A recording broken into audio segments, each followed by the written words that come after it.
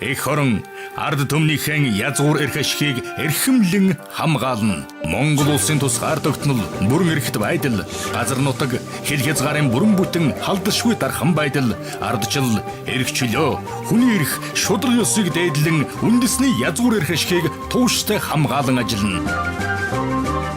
Монгол ялан Халтмаагийн Баттулга.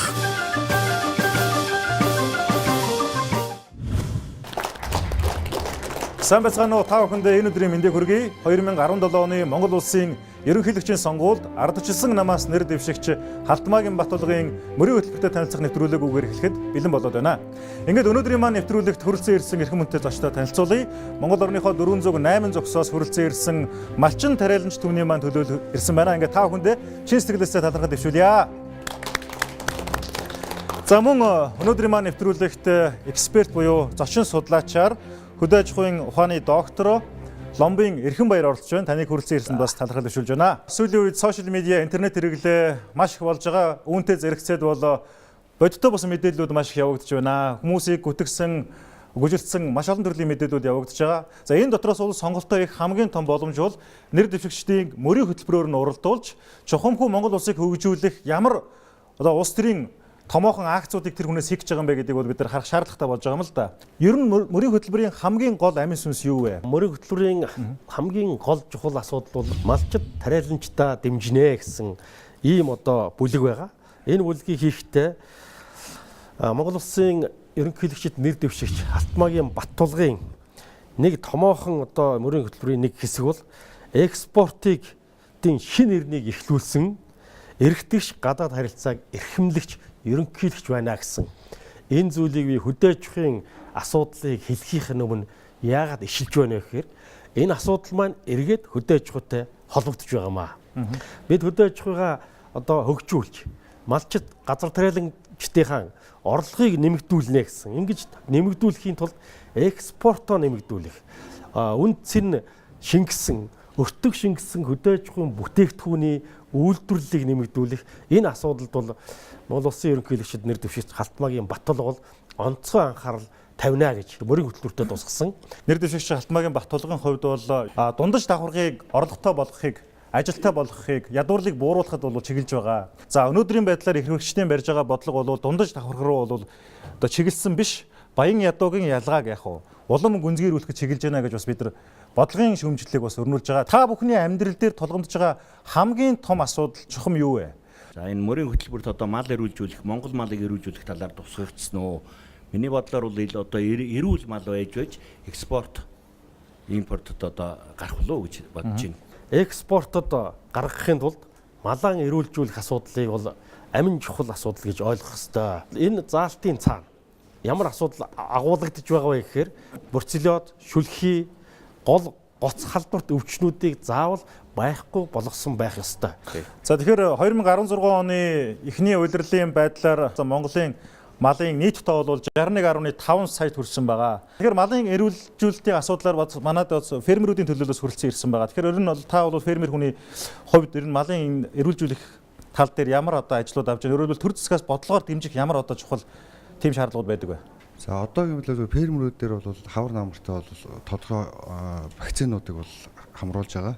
Мал эмнэлгийн мэрэгчлээ улсуудаас бол ингээд сонсож байхад тухайн өвчин гарлаа гэхэд вакцин нь байдгүй, эсвэл хадгалт нь буруу явагдаад үр дүнгүй байдаг тийм ээ. Үйлчлэгээ болцсон вакцин төр ирдэг гэсэн юм л тийм мэдээлэл байгаа. Дараагийн нэг асуулт бол бид нар судалгаа хийсэн л дээ малчтын өмнө толгомдож байгаа хамгийн гол асуудал юу вэ гэхээр маш их зээлийн дарамттай байна гэдэг судалгаагаар хэлж байгаа тийм ээ. Малчтын орлогыг нэмэгдүүлэх талаар нэр дэвшигч маань мөрийн хөтөлбөртөөр тусгаж өгсөн юм болоо. Хөдөө аж ахуйн бүх бүтээгдэхүүнийг үнд цэн шингэсэн, малчтын орлого нэмэгдсэн ийм л боломжийг бий болгох бүх эдийн засгийн дэд бүтцийг бий болгоно гэж энэ мөрийн хөтөлбөртөд тусгасан байгаа. Бүхэл түүхийн үед нэмэн хүртэг шингэсэн болгож хүмүүсийн орлого нэмэгдэхийн зэрэгцээ. Бүтээгдэхүүн нь бас нэмэгдэж үн цэн. Ингэж орох ёстой л гэсэн ийм бодлогоор асуудалд хандж байгаа. За найруулагчаа дүрсээ өгье. Мал болон малын гаралтай түүхийн эдийн үйлдвэрлэлийн асуудал байгаа. За миний ярдах дэлгэцэн дээр та бүхэн анхаарлаа хандуулах юм бол энэ Швейцарын дэлхийд алдартай Монблан гэдэг брэнд байна л да. Жирийн цүнхээр аваад үзэхэд бол маш хямдхан цүнх, хамгийн хямдхан цүнх бол $845 буюу өнөөдрийн ханшаар 2 сая гаруй Монгол төгрөгийн үнэтэй байна. За төрөвч гэж одоо бидний хэлдгээр хитвч бол хамгийн хямдхан $210 буюу 505,000 төгрөгийн ханштай байгаа.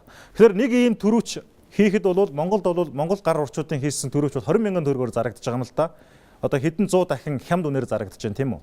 Тэгэхээр яаж одоо энэ малын гаралтай түүхийн эдийг дэлхийн жишгт хүргэсэн экспортод чиглэсэн одоо байлгах вэ гэдэг дээр бол ерөнхийлөгч нэр дэвшигчийн гол анхаарлаа хандуулах юм гэж бодож байна. Гэтэ сонгогчдын зүгээс яаж гэдэг асуултыг тавьж байгаа. Энэ дээр та судлаач хувьд хариултахгүй. Яаж гэдэг дээр бол энд бас хүмүүсийн сэтгэлгээг эдийн засгийн сэтгэлгээлүүд залах. Хоёрдугаарт эдийн засгийн зарим нэг зохицуулалтуудыг хийх ёстой болж байгаа. Энэ дэлхийд нэртэй боловсруулалтын оёдлын технологиудыг оруулж ирэх ёстой. Хамтын тийм сэтгэлгээнд орох ёстой. Үндэсний том амбиц руугаа бүгдөө нэгдэх ёстой. Бас команд авч чаддаг, командыг зөв өгч чаддаг, үүргээ хүлээж чаддаг тийм одоо үндэстэн болох ёстой гэж бид ойлгож байгаа. Тэгэхээр сая бол бид нарыг үзүүлж байгаа энэ дүрсэн дээр бол нэг одоо үхрийн ширээр 5 ширхэг саяны одоо цүнхийг хийж байна л та. Өөрөөр хэлбэл нэг конны нэхий 10 сая төгрөгийн зах зээлийн үнд татж байна гэсэн үг. Өөрөөр хэлбэл нэмэн өртөг шингэсэн бүтээгдэхүүн бол. За өнөөдрийн ханшаар бол Монгол улсад 2,500-аас доош төгрөгөөр үнэлэгдэж байна. Өөрөөр хэлбэл Монгол нэхийний үн нэг бүтэн нэхийний үн ерөөсөө $1 хүрэхтэй өгөөтэй байна гэсэн үг. За сая 12 сарын байдлаар бол бүр 500 төгрөгнөөс доошоо унсан байгаа, тийм ээ. Тэр бол ингээд малчин төмний маань үе үйлрэн эдээшж ирсэн өнөөдөр амь зуулган авч явж байгаа энэ мал аж ахуй олон улсын зах зээл байтугай одоо ингээд үнэлэгдэхгүй байгаа энэ бодлого дээр л нэр дэвшигч Алтмаагийн Батбулга болон Арслан намын зүгээс энэ дээр тогтвортой хөгжлийн за мэдээж одоо ядуурлыг бууруулах иргэдийнхэн орлогыг нэмэгдүүлэх чиглэсэн мөр хөтөлбөрийг дэвшүүлж байна гэж ойлгож байна. За ерөнхийлөгч нэр дэвшигт Батбулга бол Монголын ард түмэн дотроо юм хийдэг хүн ард түмнийхээ төлөө хийдэг. Малын бэлчээрийн талдаар их арга хэмжээ амаараа. Монгол улсын одоо тусгаар тогтнол хамгийн чухал зүйл бол одоо энэ нүүлчдийн соёл иргэншлийн тээж авч явдаг малчт маань байгаа. Одоо сүүлийн үед энэ хил орчин бас одоо маргаан гарах, уул уурхай одоо энэ малчтын бэлчээр одоо доройтуулах зэрэг олон асуудлууд гарч ийн л да. Тэгэхээр энэ тал дээр бас ямар бодлого барьсан мөрийн хөтөлбөр одоо тусгах юм лаа гэдгийг За, тэрхэн баяр дараа хариулахгүй. За, та маш чухал асуудлыг хөндөж байна. Монгол улсын тусгаар тогтнолын хамгийн чухал хэсэг бол бас газар нутаг. Түүн дотроо хил орчмынхаа газар нутгийг малчтаараа эзэмшүүлж, эзэн суух асуудал бол их чухлаар тавигдж байгаа. Монгол улсын ерөнхийлөгчд нэр дэвшигч Алтмаагийн Батбулгын мөрийн хөтөлбөрт хэлийн бүсэд амьдарч буй иргэдийг сайн дурын үндсэн дээр хил хамгаалах үйлсэд татан оролцуулнаа. За мөн цэргийн насны иргэдийг цэргийн дүүцүүлэх албанд хааснаар энэ асуудлыг шийдвэрлэнэ. Хил орчимд амьдарч байгаа энэ иргэдийнхээ асуудалд бол онцгой анхаарал тавина гэсэн ийм чиглэлээр мөрийн хөтөлбөрт асуудлууд орсон байгаа. За дараагийн нэг чухал сэдэв бол үнэхээр одоо Монгол улс дотоодынхоо хэрэгцээг газар тариалангийн бүтээгдэхүүнээр хангах тухай асуудлууд байгаа. За энэ тал дээр бас ерөнхийлөгч нэр дэвшигчийн бодлого үйл ажиллагааны мөрийн хөтөлбөрт туссан хэсэг талаар бас асуулт асууя гэсэн ингээд та асуулт асуухгүй. Өрхийн тариалангийн талаар одоо энэ мөрийн хөтөлбөр тусах зүйл байна уу? Эрчим зүйлс мал аж ахуй хөгжүүлэхийн тулд газар тариалан малчтад ирнэ одоо ойртож тэр нутагт нь одоо хүрэх одоо ямар ажил байна. Газар тариалангийн талбайг зөвхөн улаан буудай тариалахад асуудлыг бол одоо улаан буудад тариалж байгаа нь бол хангалттай биш байна. Газрын үржил шим бол маш ихээр ингээд доройтож байна энэ. Ган гачгаас болоод хадлангийн өөс авахаан бол болж байна. 1 тонноос 1.2 тонныг л авдгийг нэг гаагаас. Тэгвэл таримл тариалснаар бол одоо 15 тонныг авна. Тэгэхээр өрхийн газар тариалан ялангуяа тэжээлийн урмал тариалах, тэжээлийн бааз суурийг нэмэгдүүлэх тал дээр энийг одоо дэмжих ёстой гэсэн ийм байр суурьтай мөрийн хөтөлбөр бол агуулгаар тусгагдсан байгаа. За баярлалаа. Монгол улсын ерөнхийлөгчийн 2017 оны сонгуульд ардчилсан намаас нэр дэвшигч Алтмаагийн Батбулгын мөрийн хөтөлбөрийн 2 дахь бүлэгтээ танилцах энэ хүн нэвтрүүлэг маань өгөр өндөрлөх гэж байна. Малчит тариаланчдын орлогын их усүрийг нэмснээр Монгол ялна мал аж ахуйн үйлдвэрлэлээс нэмэн үрдэг шингэсэн бүтээгдэхүүнийг гаргаж экспортод чиглэсэн эх орныхоо хөгжил томоохон акц авчирснаар Монгол ялна. За мэдээж бэлчээрийн даацад тохируулсан малын тоо толгойг чанарч шилжүүлж чадсанараа Монгол ялна. Хэлийн бүсэд амьдарч байгаа малчин иргэдийнхээ амжиргааг дэмжснээрээ бас Монгол ялнаа гэсэн энэхүү үндсэн санаан дээр өнөөдрийн нэвтрүүлэг маань өрнөж явагдлаа. Ингээд тухлан сууж таалан утсан та бүхэндээ чин сэтгэлээсээ талархал иршүүлье. Ингээд 6 дугаар сарын 26-нд таны сонголт Монгол ялахын төлөө чиглэх болтугай. Ардчилсан намаас нэр дэвшигч Халтмаагийн Баттулгын төлөө саналаа өгцгөөе. Монгол ялна.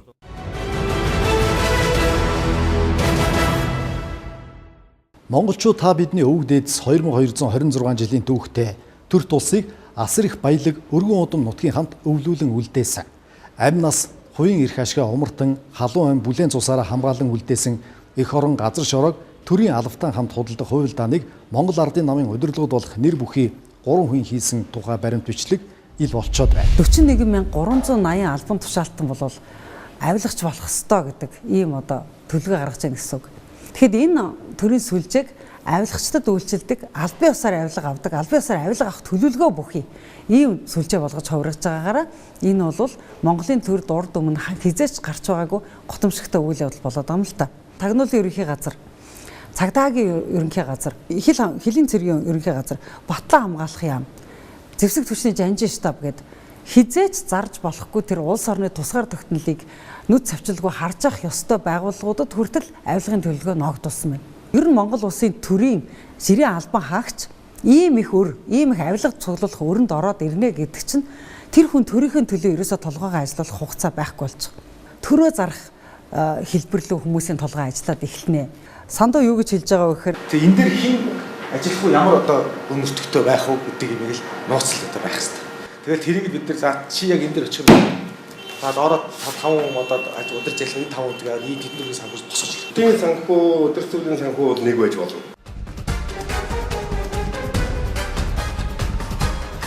гадаадынханаас авилга авч агаад тэднэртээ юм өгөө. Гадаадынханд юм өгөө гэж төлөвлөгөөнд оруулсан байдаг. Жишээлбэл тэр 90 минутын бичлэгэн дээр сандуу бүр өөрөө яриад байгаа байхгүй тэр инх бол дахтаа ингэж хэлээд байгаа байхгүй. Гадаадын хөрөнгө оруулагчтай бүр яг танаа нам гарах юм бол бидэнд ийм жишээлбэл 5-7 тэд шийдэг юм яг бүр тим нэг юм үүдээд шүү дээ тий. Тэр юмнуудыг өснө гадаадад мөнгө угаах маягаар. Боловсруулах үйлдвэрийн салбарт орж ирж байгаа гадаадынханд бол махны салбар, зэсний салбар, бензиний салбарыг өгөхөөр төлөвлөсөн байж байгаа. За дид бүтцийн салбарт орж ирж байгаа гадныханд бол төмөр зам, хатуу уучлалтай засмал зам, агаарын нислэгийг хуваарлана гэд ингээд тавьсан байж байгаа. За энэ бол бүгд ардын намынхны хувилдааны аргаар хийж байгаа хуваарлалт.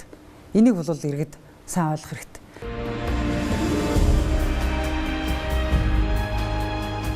Та нар бодоод үзэлтэй 41 мянган төрийн албан хаагч зэрэг юу зарах уу, яаж зарах уу, эрх мэдлийг яаж зарах уу гэд бодоод ирэх юм бол Монгол улс маань юу болж хувирах вэ гэж.